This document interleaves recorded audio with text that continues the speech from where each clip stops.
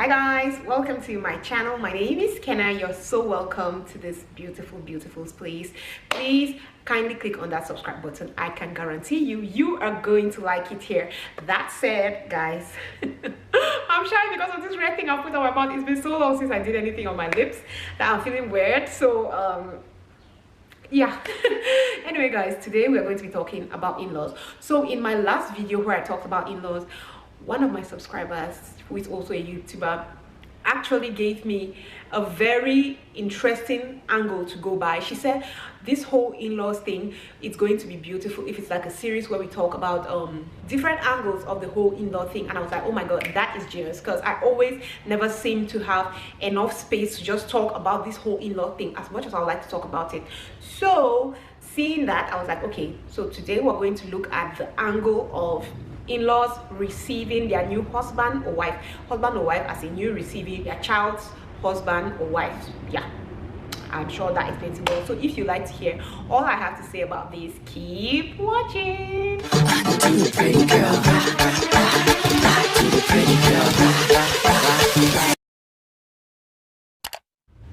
Okay guys, so like I said, today we're going to be talking about in-laws receiving their new wife. Like, I don't know whether in other parts of the world that's how they call it, but in our society, in my country, when, for example, if my brother marries a wife, that wife is called our wife, as in is the entire family's wife. It's not just his wife. So this is me trying to tell you how to welcome your wife or your husband. Does that make sense? Okay, so I've grumbled a lot about in-laws on this channel, we already know that. And talking about receiving, I don't want to grumble here, or I don't want to rant here about the things that they are doing wrong. So this video is more of what you should do right. Yes, we talk a lot of this is wrong, so sometimes it's really better for you to talk about what you can do to change the situation rather than rant and grumble about the situation. So one of those things that a lot of girls will complain about is, oh, I don't feel like my in-laws ever welcomed me, ever received me happily into their home. They never received me like one of their own. So the first thing I'll tell you to do is, if your son, your brother, your cousin is getting married to this girl or this boy, you want to receive that person with love. Give them the benefit of the doubt. It doesn't matter if she comes, she has tattoos all over her body, she's wearing a hot pants, all her boobs are outside. Give that person a chance. This is something that majority of people do not. They judge you from your appearance. It's true, first impressions matter, but okay, this person has come, the appearance is not appealing to you, but you don't just write people off just because, oh, they looked in this way. You want to talk to that person, you want to get to know the person and see if, okay, what they're showing outwardly, that's really what they are inwardly as well. Because it's so sad that we just see people and we judge them from their outer looks. Oh, she looks like a slay queen. Oh, he looks like a thief. Oh, and that's it. Some people just see that and that is it for them. They never give that person a chance again. So for me, that's what I'll tell you to do. The first thing is be very open. Just get to know the person. Get to know the person for who they are. Overlook the dressing, the whatever. Listen to them talk.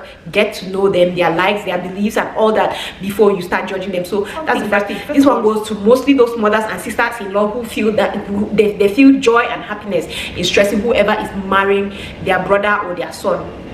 When somebody comes to your house, especially the first few times, or if the first few times, like the first 5 times for example, you do not ask them to do chores. Do not do that. That's in bad taste. Don't go ahead and you're asking somebody who just came to your house to come and have lunch and meet you for the first day. Oh, come and wash plates. Oh, come and cook this one. Oh, come and sweep here. Oh, carry me this thing. It's different if she's the one who offers to do it. You don't ask a guest. Look at your your future daughter-in-law or your future sister-in-law as this is a guest. Would you generally ask your guest? So if your husband's friend comes to the house and he eats, will you tell his wife, Mama, can go inside kitchen, go wash? And you won't say that. So you want to treat her like the guest that she is. You want to respect her or respect him. Your son-in-law cannot come to your house and you're like, oh, real men break firewood. Come and go and break firewood because, oh, they want to get married to your child, so you feel like you can treat them like that.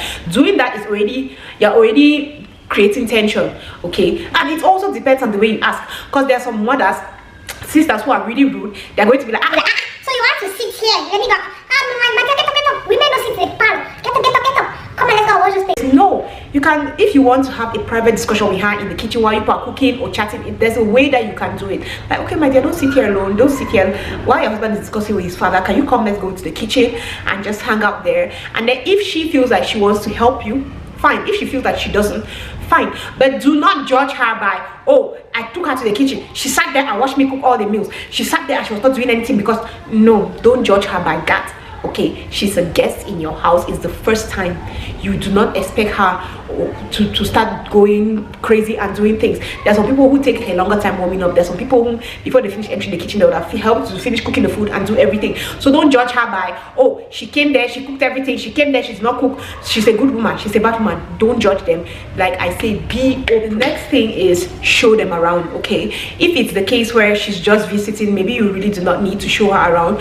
But if it's the case where, oh, as time's going on, you're planning for the wedding, things are happening, when she comes to the house, like if she comes to the house for a weekend, it could be with her husband, or you want to show her around, oh, this is where we keep this is this place, this is what we do. Those are ways to make that person to feel like, oh, this is now your home. We have to show you where everything is. I have this story that I say all the time of a girl who went to visit her mother-in-law, and the mother-in-law is like, go cook for your man. She's trying to ask, where are the spoons? The mother-in-law is screaming, this is your house, you're supposed to know. No, to make somebody to feel comfortable, you have to tell them the rules of the house. If you know that there are certain things that you do not compromise on, you tell her, okay, in this house, when we get up every morning, we do our morning prayers, we cook at this time, we do this. Like, just make that person, telling the person all those things makes the person to feel like, okay, these people want me to, they don't want me to fall or to go against their rules or to do something that they will not like. That's why they're telling me all these things. Okay, that is a wife that has sense. A wife that does not have sense to say they're giving her rules. But anybody that has sense, you do that, the person is going to feel like, oh wow, these people are welcoming me, they want me to feel at home, they want me to feel comfortable, I'm liking this. You get? So that's another thing. You want to show them around, show them where you keep things.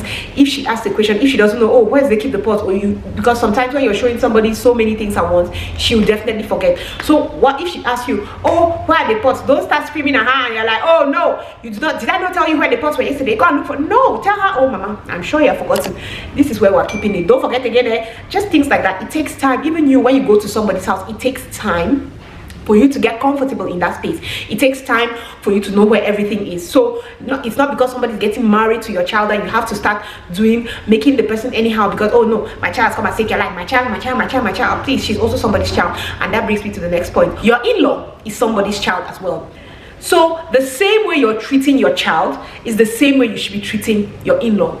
Don't feel like, no, this one is my child, so they have special treatment, and then I'll judge this other case different because it's the in-laws. Treat everybody the same. For me, I feel like anybody who treats people different, oh, according to who they are to you, what they are to you, what they can do to you, you're a bad person. So it should not be, because we have some mother-in-laws that have double standards.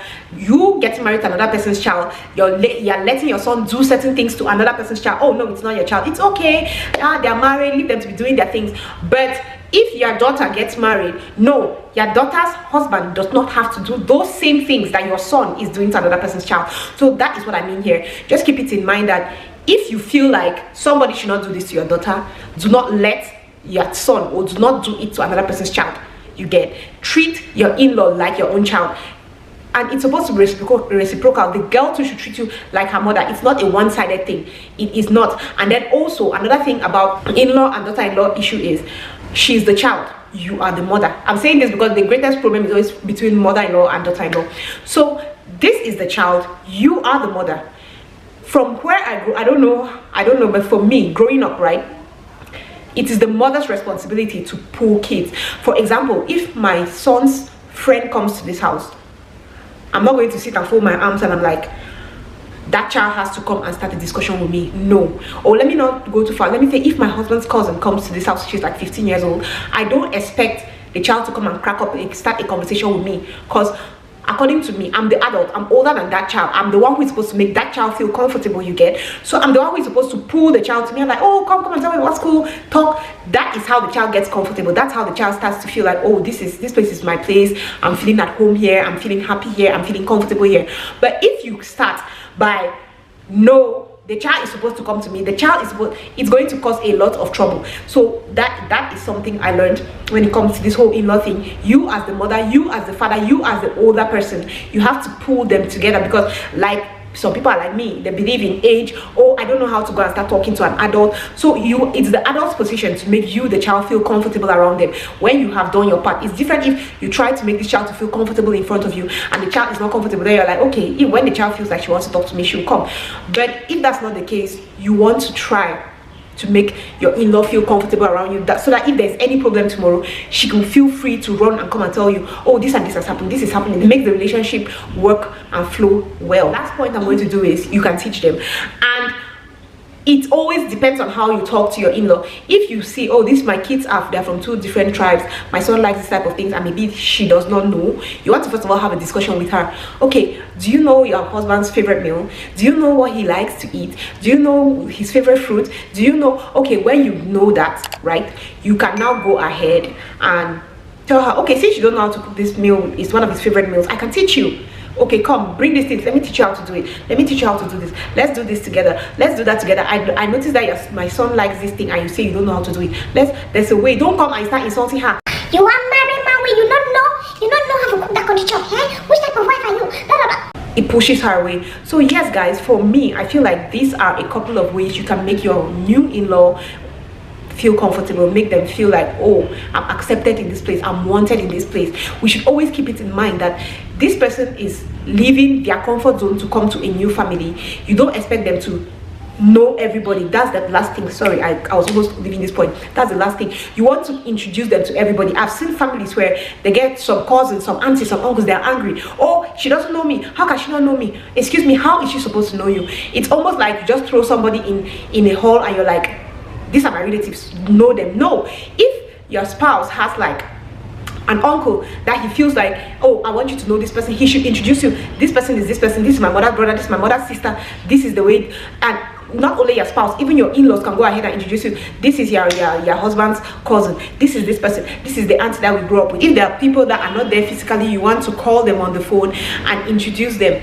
And then another thing too that I feel like it's always a problem is all this calling. Oh, she's calling me, oh, he's calling me, he's not calling me, he's not talking to me. You as the in-law should understand that phones go 2 ways. Like it doesn't only receive calls, or like you should call as well as she should call. I know in-laws that expect that because this girl is married in our family, she has to call everybody. It doesn't matter if the people have her number, if the people are calling her to, it doesn't matter. All that matters is that you are the one who has come to our family. So you are the one who has to walk around chasing people, calling people. I don't think so.